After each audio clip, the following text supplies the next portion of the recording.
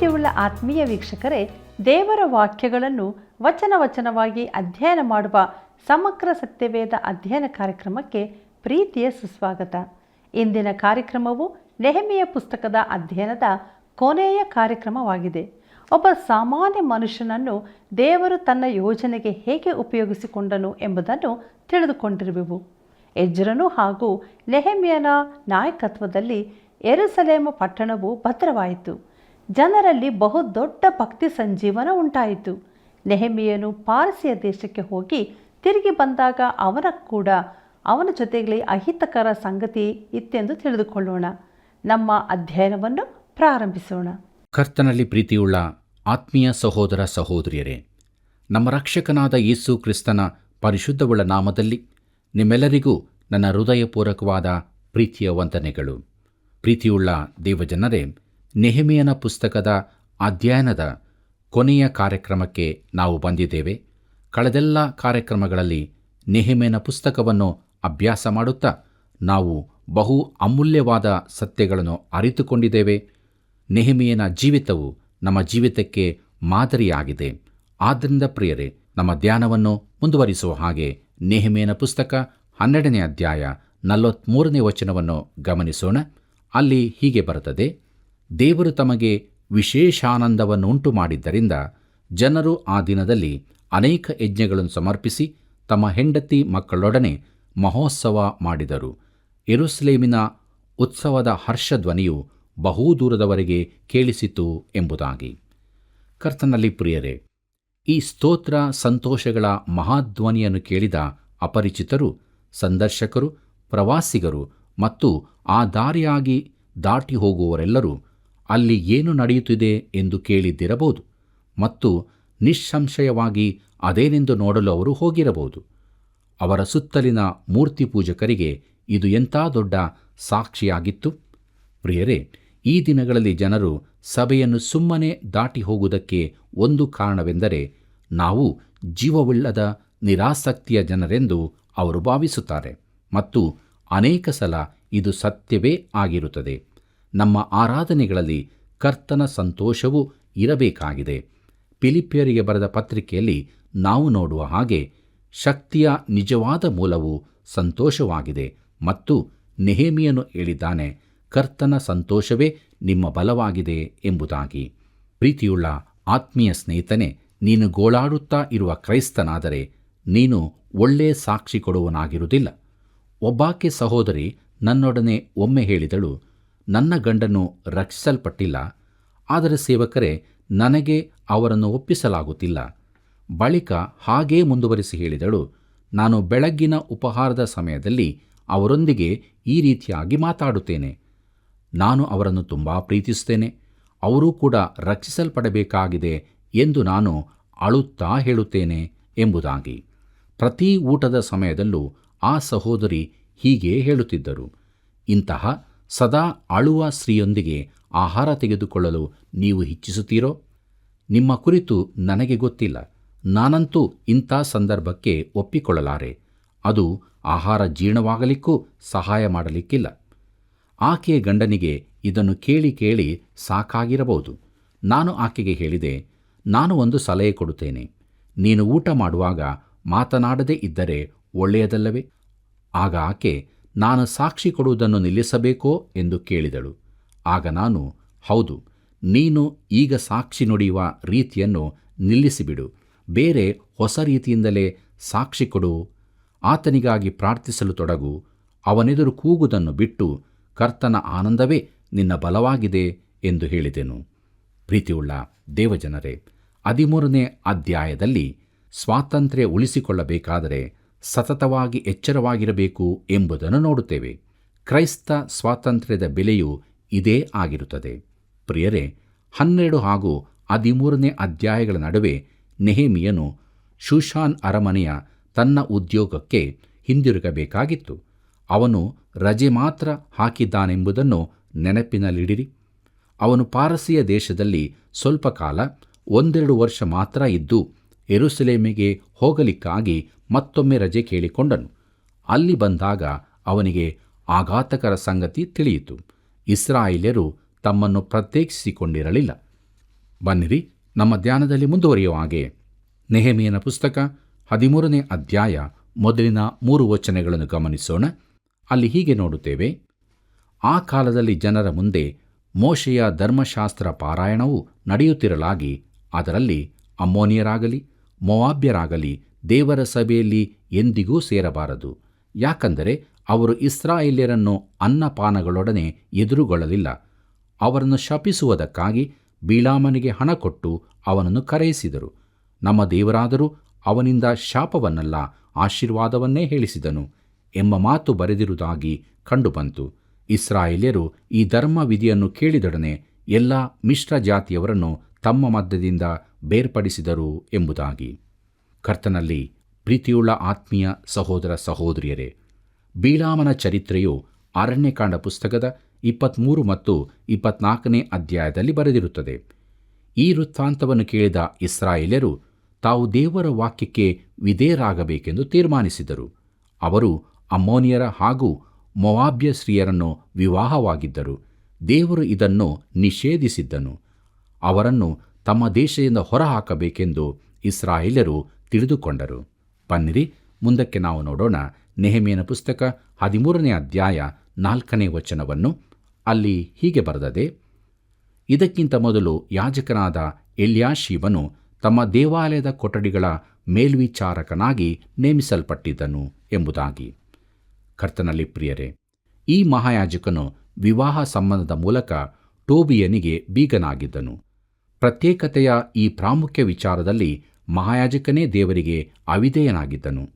ವಿಗ್ರಹಾರಾಧಕರೊಡನೆ ವಿವಾಹ ಸಂಬಂಧ ಮಾಡಲೇಬಾರದೆಂದು ದೇವರು ಖಂಡಿತವಾಗಿ ಹೇಳಿದ್ದನು. ಇದನ್ನು ತಿಳಿಸಲು ದೇವರು ಒಂದು ಮನರಂಜಕವಾದ ಉದಾಹರಣೆಯನ್ನು ಕೊಟ್ಟಿದ್ದನು. ಎತ್ತನ್ನು ಕತ್ತೆಯನ್ನು ಜೊತೆಯಾಗಿ ಕಟ್ಟಿ ಉಳಬಾರದು ಎಂದು. ಎತ್ತು ಶುದ್ಧವಾದ ಪ್ರಾಣಿಯಾಗಿದೆ, ಕತ್ತೆಯು ಅಶುದ್ಧ ಪ್ರಾಣಿಯಾಗಿದೆ. ಅವೆರಡನ್ನು ಜೊತೆಯಾಗಿ ನೊಗಕ್ಕೆ ಕಟ್ಟಬಾರದಾಗಿತ್ತು. ಅದೇ ರೀತಿ ಒಬ್ಬ ವಿಶ್ವಾಸಿಯು ಅವಿಶ್ವಾಸಿಯು ಒಟ್ಟಾಗಿ ಸೇರಿಕೊಳ್ಳಬಾರದು. ಪ್ರಿಯರೇ, ಈ ಸೂತ್ರವನ್ನು ತಿಳಿದುಕೊಳ್ಳುವ ಮೊದಲು ಮಾಡಿದ ಒಂದು ಪಾಲುದಾರಿಕೆ ವ್ಯವಹಾರಕ್ಕಾಗಿ ದೊಡ್ಡ ಬೆಲೆಯನ್ನು ತೆರಬೇಕಾಗಿರುವ ಒಬ್ಬನನ್ನು ನಾನು ತಿಳಿದಿದ್ದೇನೆ. ನಾವು ವಿವಾಹ ಸಂಬಂಧದಲ್ಲಾಗಲಿ ವ್ಯವಹಾರದಲ್ಲಾಗಲಿ ಅವಿಶ್ವಾಸಿಗಳೊಂದಿಗೆ ಜೊತೆ ಸೇರಿಕೊಳ್ಳಬಾರದು ಎಂಬುದಾಗಿ ದೇವರು ಸ್ಪಷ್ಟವಾಗಿ ತನ್ನ ಜನರಿಗೆ ತಿಳಿಸಿದನು. ಪ್ರಿಯರೇ, ವಿಶ್ವಾಸಿಗಳಾದ ನಮ್ಮ ಜೀವಿತ ಹಾಗಿದೆ. ನಾವು ಅವಿಶ್ವಾಸಿಗಳೊಂದಿಗೆ ಒಟ್ಟಾಗಿ ಸಂಬಂಧದಲ್ಲಿ ಜೀವಿಸ್ತಾ ಇದ್ದೇವೆಯೋ, ವ್ಯವಹಾರ ಕ್ಷೇತ್ರವನ್ನು ನಡೆಸುತ್ತಾ ಇದ್ದೇವೆಯೋ? ನಮ್ಮನ್ನು ನಾವು ದೇವರ ವಾಕ್ಯದ ಬೆಳಕಿನಲ್ಲಿ ಪರೀಕ್ಷಿಸಿಕೊಳ್ಳೋಣವ. ಯಾಕಂದರೆ ಈ ಇಜ್ಜೋಡುವಿಕೆಯನ್ನು ದೇವರೆಂದಿಗೂ ಮೆಚ್ಚಲಾರನು. ಬನ್ನಿರಿ, ಮುಂದಕ್ಕೆ ನಾವು ನೆಹೆಮೀಯನ ಪುಸ್ತಕ 13ನೇ ಅಧ್ಯಾಯ 5ನೇ ವಚನವನ್ನು ಗಮನಿಸೋಣ. ಇವನು ಟೋಬೀಯನ ಬೀಗನಾಗಿದ್ದರಿಂದ ನೈವೇದ್ಯ ದ್ರವ್ಯ, ಧೂಪಪಾತ್ರೆ ಇವುಗಳನ್ನು, ಧಾನ್ಯ, ದ್ರಾಕ್ಷಾರಸ, ಎಣ್ಣೆ ಇವುಗಳ ದಶಮಾಂಶವನ್ನು, ಲೇವಿಯ, ಗಾಯಕ, ದ್ವಾರಪಾಲಕ ಇವರಿಗೆ ಸಲ್ಲತಕ್ಕ ಪದಾರ್ಥಗಳನ್ನು, ಯಾಜಕರಿಗೋಸ್ಕರ ಪ್ರತ್ಯೇಕಿಸತಕ್ಕ ಪದಾರ್ಥಗಳನ್ನು ಇಡುವುದಕ್ಕಾಗಿ ಉಪಯೋಗವಾಗುತ್ತಿದ್ದ ಕೊಠಡಿಯನ್ನು ಅವನಿಗೋಸ್ಕರ ಸಿದ್ಧಮಾಡಿ ಕೊಟ್ಟಿದ್ದನು ಎಂಬುದಾಗಿ. ಪ್ರೀತಿಯುಳ್ಳ ದೇವಜನರೇ, ಯಾಜಕನು ದೇವಾಲಯವನ್ನು ಟೋಬೀಯನ ಸಂಗ್ರಹ ಕೋಣೆಯನ್ನಾಗಿ ಮಾಡಿದನು. ಅವರು ಜನರ ಕಾಣಿಕೆ ವಸ್ತುಗಳನ್ನು ಉಗ್ರಾಣಕ್ಕೆ ತರುತ್ತಿರಲಿಲ್ಲ. ಅದರ ಬದಲಿಗೆ ಆ ಉಗ್ರಾಣವನ್ನು ಶುಚಿಗೊಳಿಸಿ ನೆಲಕ್ಕೆ ಜಮಖಾನು ಹಾಸಿ ಒಳ್ಳೆಯ ಆಸನಗಳನ್ನು, ಮಂಚಗಳನ್ನು ಹಾಕಿಸಿ ಟೋಬೀಯನನ್ನು ಸತ್ಕರಿಸುತ್ತಿದ್ದರು. ಅವನು ಆ ಕೋಣೆಯನ್ನು ಯಾವಾಗ ಬೇಕಾದರೂ ಉಪಯೋಗಿಸಬಹುದಾಗಿತ್ತು. ಬನ್ನಿರಿ, ಮುಂದಕ್ಕೆ ನಮ್ಮ ಧ್ಯಾನದಲ್ಲಿ ನೆಹೆಮೀಯನ ಪುಸ್ತಕ 13ನೇ ಅಧ್ಯಾಯ 6ರಿಂದ 8 ವಚನಗಳನ್ನು ಗಮನಿಸೋಣ. ಅಲ್ಲಿ ಹೀಗೆ ಬರೆದದೆ: ಬಾಬೇಲಿನ ಅರಸನಾದ ಅರ್ತಷಸ್ತನ 32ನೆಯ ವರ್ಷದಲ್ಲಿ ಅರಸನ ಬಳಿಗೆ ಹೋಗಿದ್ದೇನಾದ್ದರಿಂದ ಇದೆಲ್ಲ ನಡೆಯುವಾಗ ನಾನು ಯೆರೂಸಲೇಮಿನಲ್ಲಿ ಇರಲಿಲ್ಲ. ಕಾಲಾಂತರದಲ್ಲಿ ನಾನು ಅರಸನಿಂದ ಅಪ್ಪಣೆ ಪಡಕೊಂಡು ತಿರುಗಿ ಯೆರೂಸಲೇಮಿಗೆ ಬಂದಾಗ ಎಲ್ಯಾಷೀಬನು ಟೋಬೀಯನಿಗೋಸ್ಕರ ದೇವಾಲಯ ಪ್ರಕಾರದೊಳಗೆ ಕೊಠಡಿಯನ್ನು ಸಿದ್ಧ ಮಾಡಿಕೊಟ್ಟಿದ್ದನ್ನು ನೋಡಿ ಈ ದುಷ್ಕೃತ್ಯದ ದೆಸೆಯಿಂದ ಬಹಳವಾಗಿ ವ್ಯಸನಗೊಂಡು ಟೋಬೀಯನ ಮನೆಯ ಸಾಮಾನುಗಳನ್ನು ಆ ಕೊಠಡಿಯಿಂದ ಹೊರಗೆ ಹಾಕಿಸಿ ಎಂಬುದಾಗಿ. ಕರ್ತನಲ್ಲಿ ಪ್ರೀತಿಯುಳ್ಳ ಆತ್ಮೀಯ ಸ್ನೇಹಿತರೆ, ಇದೆಲ್ಲವೂ ನೆಹೆಮೀಯನು ಯೆರೂಸಲೇಮಿನಲ್ಲಿಲ್ಲದಾಗ ನಡೆಯಿತು. ಈ ನೆಹೆಮೀಯನನ್ನು ನಾನು ಇಷ್ಟಪಡುತ್ತೇನೆ.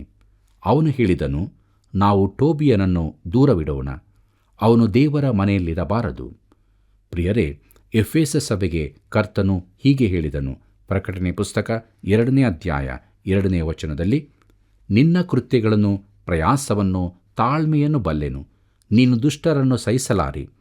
ಅಪೊಸ್ತಲರಲ್ಲದಿದ್ದರೂ ತಮ್ಮನ್ನು ಅಪೊಸ್ತಲರೆಂದು ಹೇಳಿಕೊಳ್ಳುವವರನ್ನು ನೀನು ಪರೀಕ್ಷಿಸಿ ಅವರನ್ನು ಸುಳ್ಳುಗಾರರೆಂದು ಕಂಡುಕೊಂಡಿ ಎಂಬುದಾಗಿ.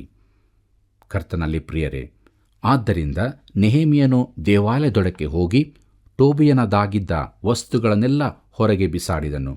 ಟೋಬೀಯನಿಗೆ ಅವನು, ನೀನು ಇಲ್ಲಿರುವುದು ಆಗದು, ನಿನಗೆ ಉಚಿತ ವಾಸಸ್ಥಳ ದೊರಕಲಾರದು ಎಂದು ಹೇಳಿದನು. ಬನ್ನಿರಿ ಪ್ರಿಯರೇ, ಮುಂದಕ್ಕೆ ನಾವು ನೆಹೆಮೀಯನ ಪುಸ್ತಕ 13ನೇ ಅಧ್ಯಾಯ 9ನೇ ವಚನವನ್ನು ಗಮನಿಸೋಣ. ಅಲ್ಲಿ ಹೀಗೆ ನೋಡುತ್ತೇವೆ, ಕೊಠಡಿಯನ್ನು ಶುದ್ಧ ಮಾಡುವುದಕ್ಕೆ ಅಪ್ಪಣೆ ಕೊಟ್ಟು, ಅದು ಶುದ್ಧವಾದ ಮೇಲೆ ದೇವಾಲಯದ ಪಾತ್ರೆ, ನೈವೇದ್ಯ ದ್ರವ್ಯ, ಧೂಪ ಇವುಗಳನ್ನು ತಿರುಗಿ ಅಲ್ಲಿಡಿಸಿದೆನು ಎಂಬುದಾಗಿ. ಕರ್ತನಲ್ಲಿ ಪ್ರಿಯರೇ, ನೆಹೆಮೀಯನು ಆ ಕೋಣೆಯನ್ನು ಶುದ್ಧಿಗೊಳಿಸಿದನು. ಮತ್ತೊಮ್ಮೆ ಆ ಕೋಣೆಯನ್ನು ಕ್ರಮಪಡಿಸಿ ದೇವರ ಸೇವೆಯ ಉದ್ದೇಶಗಳಿಗಾಗಿ ಬಳಸಲಾಯಿತು. ಆದರೆ ನೆಹೆಮೀಯನು ಅಷ್ಟಕ್ಕೆ ನಿಲ್ಲಿಸಲಿಲ್ಲ. ಮುಂದಕ್ಕೆ ನೋಡೋಣ. ನೆಹೆಮೀಯನ ಪುಸ್ತಕ 13ನೇ ಅಧ್ಯಾಯ 10ನೇ ವಚನದಲ್ಲಿ ಅಲ್ಲಿ ಹೀಗೆ ಬರೆದದೆ, ಇದಲ್ಲದೆ ಲೇವಿಯರಿಗೆ ಸಲ್ಲತಕ್ಕ ಭಾಗಗಳು ಅವರಿಗೆ ಸಿಕ್ಕಲಿಲ್ಲವೆಂದು ಆರಾಧನೆ ನಡೆಸತಕ್ಕ ಲೇವಿಯರು, ಗಾಯಕರು ತಮ್ಮ ತಮ್ಮ ಭೂಸ್ವಾಸ್ಥ್ಯಗಳಿಗೆ ಹೋಗಿಬಿಟ್ಟರೆಂದು ನನಗೆ ಗೊತ್ತಾಯಿತು ಎಂಬುದಾಗಿ. ಕರ್ತನಲ್ಲಿ ಪ್ರೀತಿಯುಳ್ಳ ದೇವಜನರೇ, ದೇವಾಲಯ ಸೇವೆಯಲ್ಲಿ ಲೇವಿಯರಿಗೆ ತಕ್ಕಷ್ಟು ಆದಾಯ ದೊರಕುತ್ತಿರಲಿಲ್ಲ. ಆದ್ದರಿಂದ ಅವರು ಹೊಲಗಳಲ್ಲಿ ದುಡಿಯಬೇಕಾಗಿತ್ತು. ಇದರಿಂದಾಗಿ ದೇವರ ಸೇವೆಯು ಅಲಕ್ಷ್ಯ ಮಾಡಲ್ಪಟ್ಟಿತು. ಪ್ರಿಯರೇ, ಈ ದಿನಗಳಲ್ಲಿ ಕೆಲವು ದೇವರ ಸೇವಕರು ತಮ್ಮ ಸಾಮರ್ಥ್ಯಕ್ಕಿಂತ ಹೆಚ್ಚಿನ ಕೆಲಸಗಳನ್ನು ಮಾಡಬೇಕಾಗುತ್ತದೆ. ಸಭೆಯ ಆಡಳಿತ ಹಾಗೂ ಇತರ ಅನೇಕ ಕಾರ್ಯಗಳಲ್ಲಿ ಮಗ್ನರಾಗುವುದರಿಂದ ದೇವರ ಸೇವಕರು ದೇವರ ವಾಕ್ಯದ ಅಧ್ಯಯನಕ್ಕೆ ಹೆಚ್ಚಿನ ಸಮಯ ಕೊಡಲಾಗುತ್ತಿಲ್ಲ. ಸಭೆಯ ಈ ಜವಾಬ್ದಾರಿಗಳನ್ನು ನಿರ್ವಹಿಸಲು ಅವರಿಗೆ ಬೇರೆಯವರು ಸಹಾಯ ಮಾಡಿದ್ದಲ್ಲಿ ಅವರಿಗೆ ಅಧ್ಯಯನ, ಪ್ರಾರ್ಥನೆಗಳಿಗೆ ಹೆಚ್ಚಿನ ಸಮಯ ದೊರಕುತ್ತದೆ. ಪ್ರಿಯರೇ, ನಾನು ನೆಹೆಮೀಯನನ್ನು ಇಷ್ಟಪಡುವುದು ಯಾಕೆಂದು ನಿಮಗೆ ಈಗ ತಿಳಿಯಬಹುದು. ಬೋಧಕನಿಗೆ ಸರಿಯಾದ ಆದಾಯವಿರಬೇಕೆಂದು ಅವನು ಅಭಿಪ್ರಾಯಪಟ್ಟನು.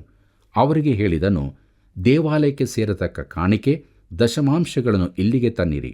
ದೇವರ ಸೇವೆಯಲ್ಲಿರುವ ಈ ಜನರಿಗೆ ಬೇಕಾದಷ್ಟು ದೊರೆಯುವಂತೆ ಮಾಡಿರಿ ಎಂದು. ಇಂತಹ ಜನರನ್ನು ನಾನು ಮೆಚ್ಚುತ್ತೇನೆ. ದೇವರು ಕೂಡ ಇದನ್ನು ಒಪ್ಪುತ್ತಾನೆ. ಪ್ರೀತಿಯುಳ್ಳ ದೇವಜನರೇ, ನಮ್ಮ ಧ್ಯಾನವನ್ನು ಮುಂದುವರಿಸುವ ಹಾಗೆ ನೆಹೆಮೀಯನ ಪುಸ್ತಕ 13ನೇ ಅಧ್ಯಾಯ 14ನೇ ವಚನವನ್ನು ನೋಡೋಣ.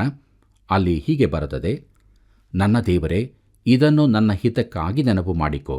ನಾನು ನನ್ನ ದೇವರ ಆಲಯದ ಮತ್ತು ಅದರ ಸೇವೆಯ ಸಂಬಂಧವಾಗಿ ಮಾಡಿದ ಭಕ್ತಿ ಕಾರ್ಯಗಳನ್ನು ನಿನ್ನ ಪುಸ್ತಕದಿಂದ ಅಳಿಸಿಬಿಡಬೇಡ ಎಂಬುದಾಗಿ.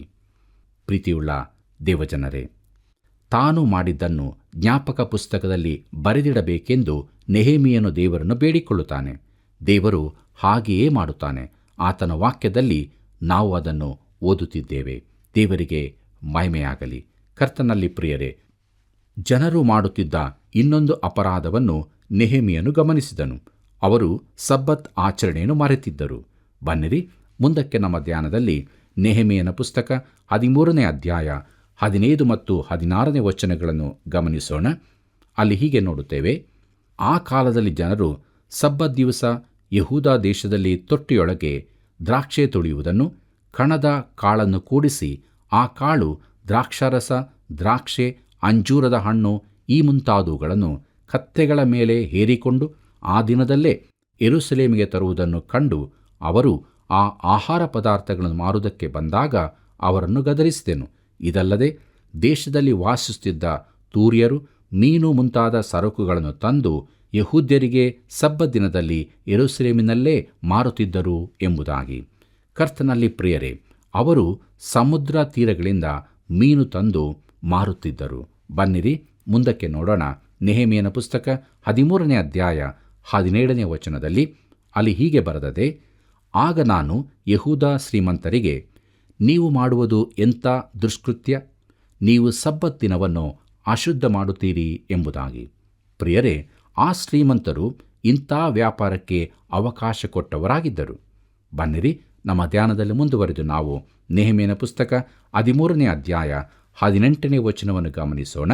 ಅಲ್ಲಿ ಹೀಗೆ ನೋಡುತ್ತೇವೆ: ನಿಮ್ಮ ಪೂರ್ವಿಕರು ಹೀಗೆ ಮಾಡಿದ್ದರಿಂದ ನಮ್ಮ ದೇವರು ಈ ಎಲ್ಲ ಕೇಡನ್ನು ನಮ್ಮ ಮೇಲೆಯೂ ನಮ್ಮ ಪಟ್ಟಣದ ಮೇಲೆಯೂ ಬರಮಾಡಿದನಲ್ಲವೇ?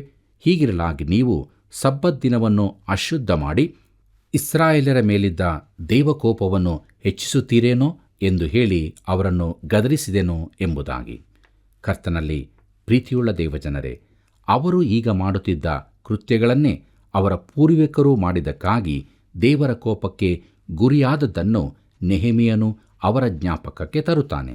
ಬನ್ನಿರಿ, ಮುಂದಕ್ಕೆ ನಾವು ನೆಹೆಮೀಯನ ಪುಸ್ತಕ 13ನೇ ಅಧ್ಯಾಯ 19ನೇ ವಚನದಿಂದ 21ನೇ ವಚನದವರೆಗೆ ಗಮನಿಸೋಣ.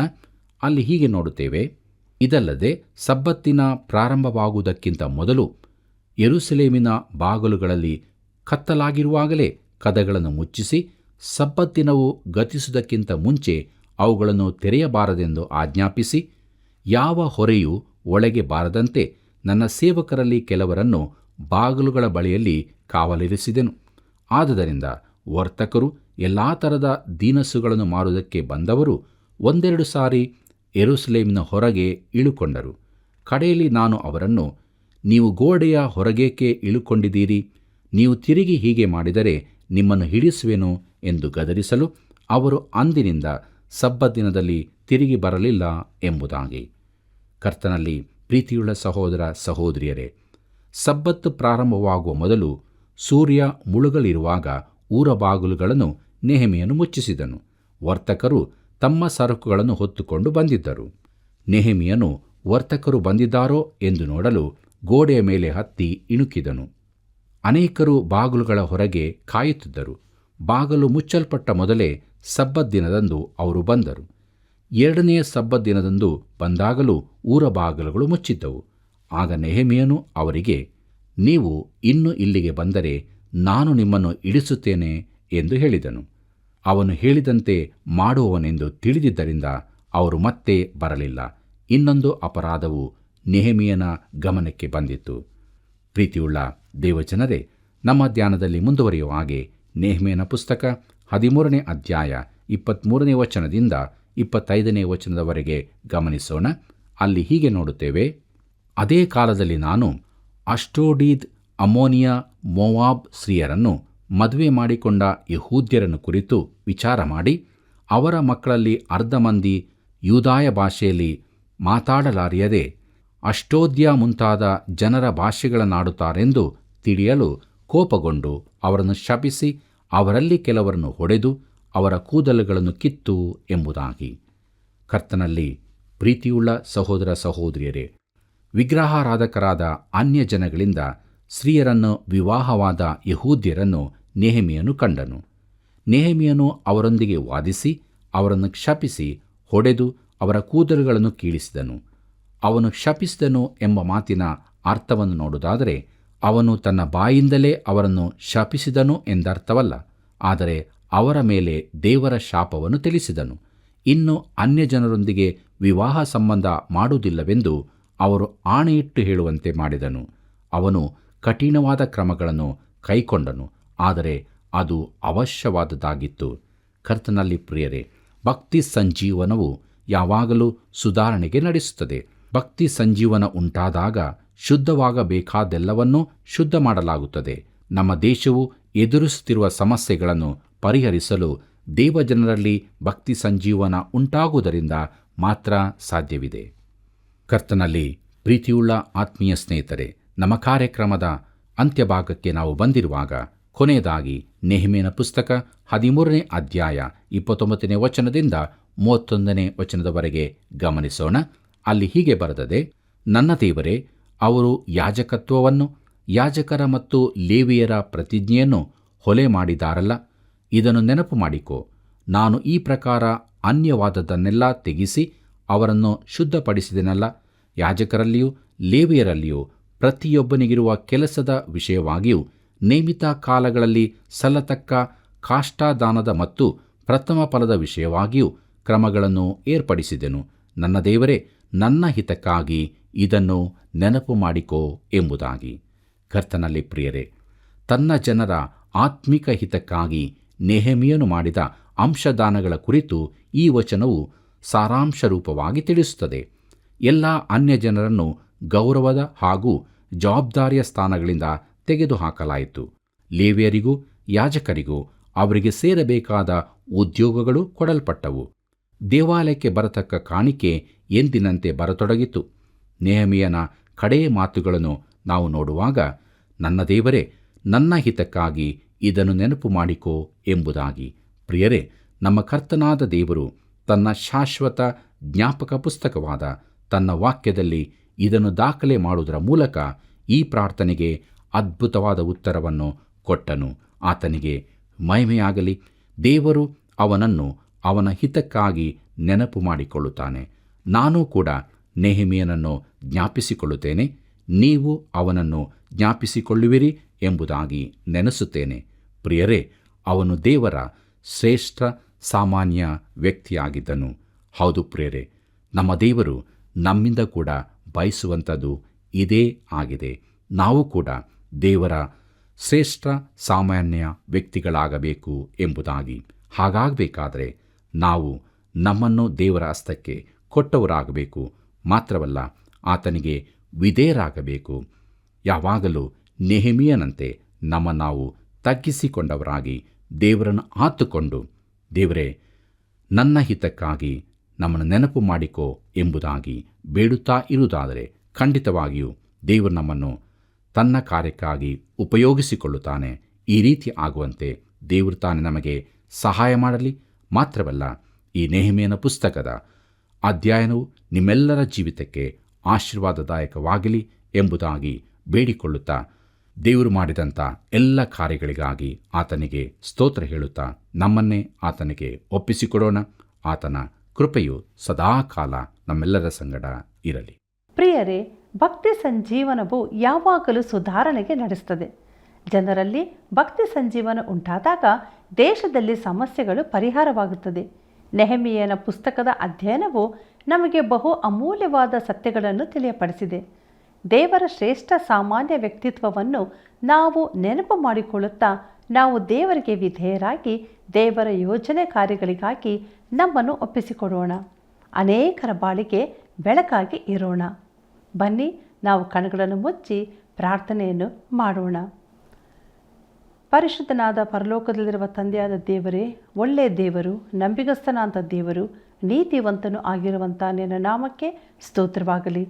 ಈ ಕಾರ್ಯಕ್ರಮವನ್ನು ವೀಕ್ಷಿಸುತ್ತಿರುವಂಥ ನಮ್ಮ ಪ್ರಿಯ ಬಾಂಧವರನ್ನು ಆಶೀರ್ವದಿಸು. ಪ್ರತಿ ಒಬ್ಬೊಬ್ಬರನ್ನು ಕುಟುಂಬವಾಗಿಯೂ ನೀನು ಪೋಷಿಸಿ ಅವರೆಲ್ಲರ ಸಮಸ್ಯೆಗಳನ್ನು ಪರಿಹರಿಸು. ಕ್ರಿಸ್ತನ ಮಾರ್ಗದಲ್ಲಿ ನಡೆಸಬೇಕೆಂಬುದಾಗಿ ಬೇಡುತ್ತೇವೆ.